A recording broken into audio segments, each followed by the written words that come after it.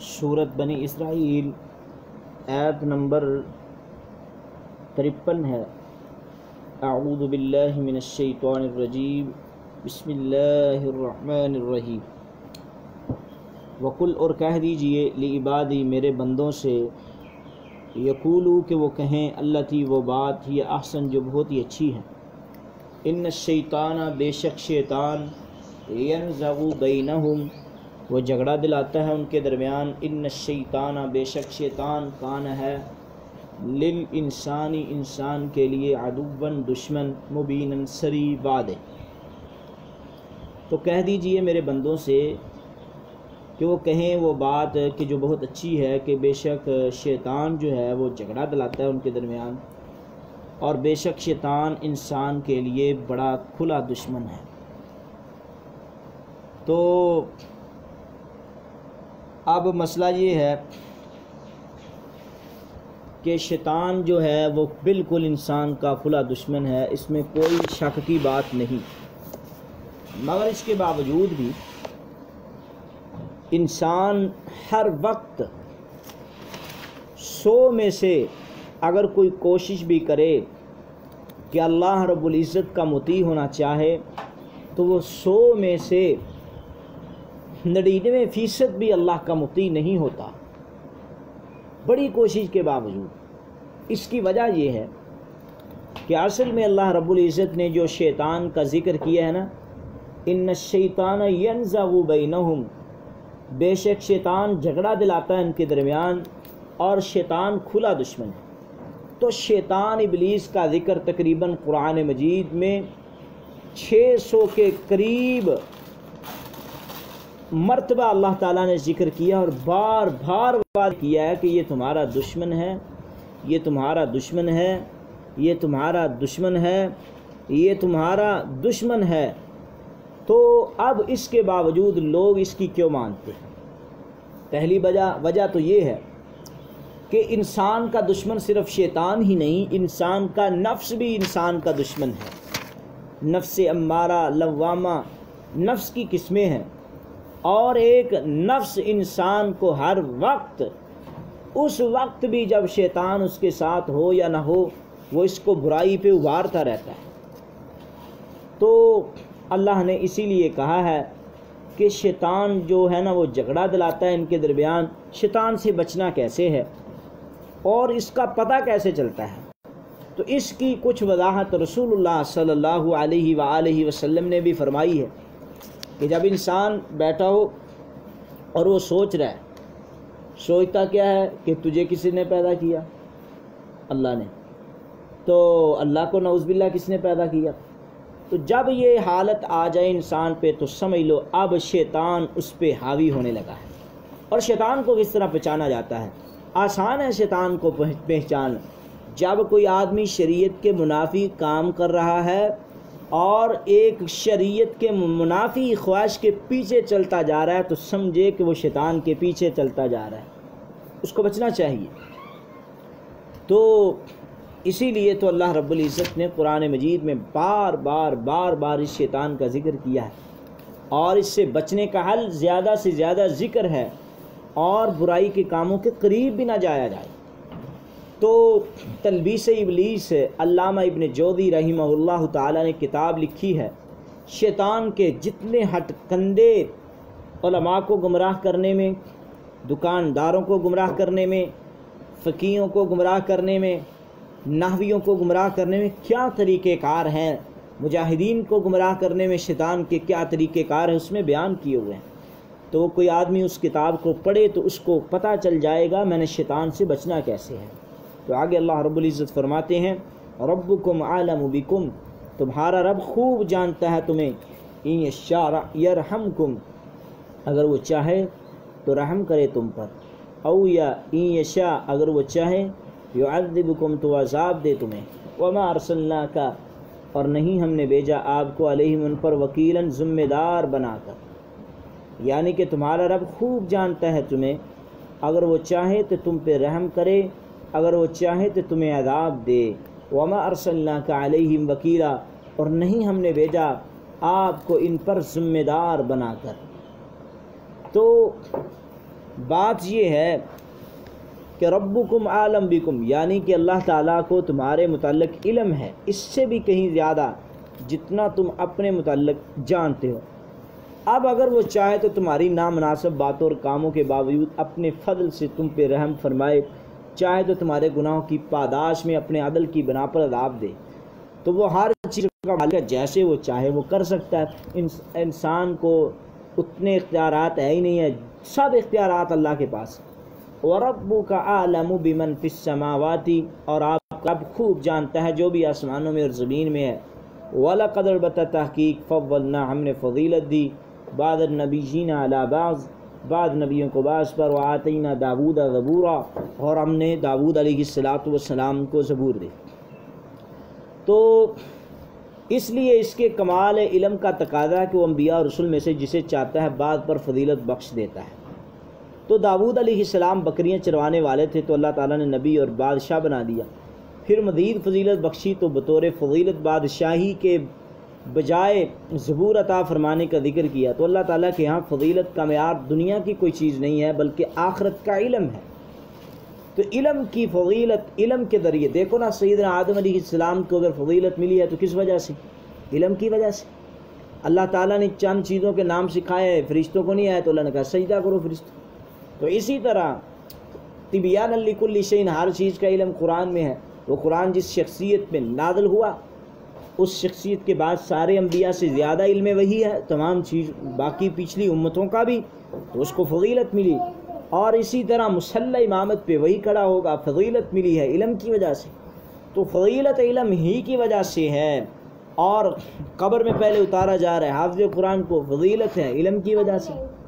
اور اسی طرح محدثین، مفسرین اور بڑے بڑے علماء اگر فضیلت دیتے ہیں تو اس کو علم والوں کو، تو علم کے ذریعے فضیلت ملتی ہے۔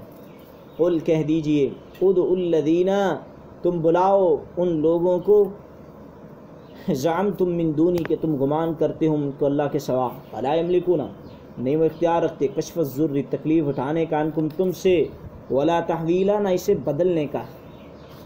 تو اللہ کہتے ہیں کہ تم بلاؤ ان کو جن کو تم گمان کرتے ہو اللہ کے سوا، نہیں وہ اختیار رکھتے تکلیف اٹھانے کا تم سے اور نہ اسے بدلنے کا۔ تو ساتھ ہی اللہ تعالیٰ نے یہ بات بھی ذکر کی کہ یہ ٹھیک ہے بعض انبیاء کو بعض پہ فضیلت تو حاصل ہے، تو کوئی یہ نہ سمجھے کہ یہ اتنی فضیلت ہے کہ یہ الہ بن گئے ہیں، نہیں، بلکہ اور اس انبیاء کے بارے میں جب کہہ دیا ہوا ہے کہ لعن اللہ الیہود والنصارى اتخذوا قبور انبیائہم مساجدا، یہود و نصارہ پر اللہ کی لعنت ہو، انہوں نے انبیاء کی قبروں پہ سجدہ کیا۔ جب انبیاء کی قبروں پہ سجدہ کرنے والے امام کائنات جناب محمد رسول اللہ صلی اللہ علیہ وسلم کی زبان نبوت سے بلانتی ہیں، آج بزرگوں کی قبر کے اوپر سجدہ کرنے والے، نظر و نیاز چڑھانے والے اور دیگیں دینے والے، چادریں چڑھانے والے، نظر و نیاز ماننے والے، وہ کس طرح رحمت کے مستحق ہو سکتے ہیں؟ اللہ تعالیٰ فرماتے ہیں جو لوگ اللہ کو چھوڑ کر دوسروں کو پکارتے ہیں جو نفع کا اختیار نہ نقصان کا ہے، اولئک الذین، یہی وہ لوگ ہیں، یدعون، جو مشرک پکارتے ہیں، یبتغون، و تلاش کرتے ہیں، الی ربہم، اپنے رب کی طرف، الوسیلہ، ذریعہ قربت، ایہم اقرب، کون ہے زیادہ قریب اللہ کے، ویرجون رحمتہ، اور امید رکھتے ہیں اس کی رحمت کی، ویخافون عذابہ، اور وہ ڈرتے ہیں اس کے عذاب کی، ان عذاب ربک، بے شک آپ کے رب کا عذاب واقع ہی محذورن، ڈرنے کی چیز ہے۔ تو اللہ تعالیٰ فرماتے ہیں کہ یہ جو مشرک ہے نا، یہ پکارتے ہیں اپنے رب کی طرف ذریعہ قرب، اور کون ان میں سے زیادہ قریب ہے اللہ کے، اور وہ امید رکھتے ہیں اپنے رحمت کی اور وہ ڈرتے ہیں اس کے عذاب سے، ان عذاب ربک، بے شک آپ کا رب۔ اچھا اب بات یہ ہے کہ وہ لوگ جو اللہ کو پکارتے ہیں، اچھا نہیں، جو لوگ وہ مشرک پکارتے ہیں اور وہ تلاش کرتے ہیں اپنے رب کی طرف قرب، اللہ اکبر، کہ کون زیادہ قریبی ہے، اور جاؤ یہاں آج کے مشرک بریلویوں کا بھی رد ہو رہا ہے، ہم کھلے الفاظ میں کہتے ہیں، جب کہ قرآن کہہ رہا ہے مشرکین کی صفات بیان کرتے ہوئے کہ وہ لوگ جو پکارتے ہیں اور وہ تلاش کرتے ہیں اپنے رب کی طرف وسیلہ، کون، اللہ کہہ رہے ہیں کون زیادہ قریب، یعنی کہ آپ دیگر آیات میں پڑھیں گے مشرکین کو پوچھا جائے کیوں پکارتے ہو بھائی ان کو، کہتے ہیں ہم تو اللہ تعالیٰ کا قرب حاصل کرنے کے. آج کے بریلیوں کو پوچھا جائے مثال کے طور پہ، ہمارے علاقے کے مولوی کہتے ہیں لو جی اللہ تعالیٰ ڈائریکٹ نہیں سنتا، ہاں کسی بڑے چودھری کو ملنا ہو تو چھوٹوں کو ملنا پڑتا ہے، اور اللہ کے لیے فلا تضربوا للہ، اور تمہیں حیا نہیں آتا، تم اللہ کے لیے انسانوں کی مثالیں بیان کرتے ہو. تو یہی بات اللہ تعالیٰ کہہ رہے ہیں کہ اللہ تعالیٰ زیادہ قریب ہے کہ تم اگر کسی کو مثلا بلے شاہ کو پکارنا ہے وہاں جا کے پکارتے ہو، تو اللہ تعالیٰ ہر وقت اب اگر سوئے ہوئے ہیں تب بھی اللہ تمہارے قریب ہے، تمہاری شاہ رگ سے بھی. وَنَحْنُ أَقْرَبُ إِلَيْهِ مِنْ حَبْلِ الْوَرِيدِ، اللہ تمہاری شاہ رگ سے بھی زیادہ قریب ہے. تو یہ عقیدہ رکھنے والے کہ اللہ کا قرب حاصل کرنے کے لیے ہم دوسروں کو پکارتے ہیں، یہ مشرکانہ عقیدہ ہے، جس کا بھی ہو، چاہے بریلویوں کا ہو، اہل حدیثوں کا ہو، دیوبندیوں کا ہو، یہ غلط عقیدہ. تو آگے فرمایا وَإِن مِّن قَرْيَةٍ، اور نہیں ہے کوئی بستی إِلَّا نَحْنُ مُهْلِكُهَا، مگر ہم ہلاک کرنے والے ہیں اسے قبل یوم القیامت، قیامت سے قبل، او معذبوها، یا ہم عذاب دینے والے ہیں عذابا شدیدا، سخت عذاب. کان ذلک فی الکتاب مسطورا، تو یہ بات بھی کتاب میں لکھی ہوئی ہے. تو فما منانا، نہیں ہم نے، یعنی کہ اللہ تعالیٰ کہتے ہیں، ابن کثیر اور رحمۃ اللہ علیہ کے مفسرین نے اس آیت کی تفسیر یہ کی ہے کہ اللہ تعالیٰ نے لوح محفوظ میں شروع سے لکھ دیا کہ ہر بستی جو ظلم پر اتر آئے قیامت سے پہلے یا تو ہم اسے لاغ کر دینے والے ہیں یا اس کے تمام رسوں کو ہم بند کر دیں گے. اور دوسرے مفسرین نے تفسیر اس طرح کی ہے، جیسے صاحب روح المعانی فرماتے ہیں کہ وَإِن مِّن قَرْيَةٍ سے مراد ظاہر ہے کہ عام ہے، اللہ اکبر، ان نافیہ اور من جو ہے تمام بستیوں کو شامل ہے، خواہ مومنوں کی ہوں یا کفار کی. مطلب یہ ہے کہ بستیوں میں سے جو بھی بستی ہم قیامت سے پہلے اسے اس کے رہنے والوں کی طبی موت کے ساتھ ویران کر دیں گے یا اسے قتل کر دیں گے اور مختلف مصائب کے ساتھ سخت عذاب دینے والے ہیں. تو پہلی تفسیر زیادہ یعنی کہ درست ہے کہ اللہ تعالیٰ فرماتے ہیں کہ جب ہم کسی بستی میں ظلم دیکھتے ہیں تو ہم اس بستی کو ہلاک کر دیتے ہیں، اس بستی کو تباہ کر دیتے ہیں.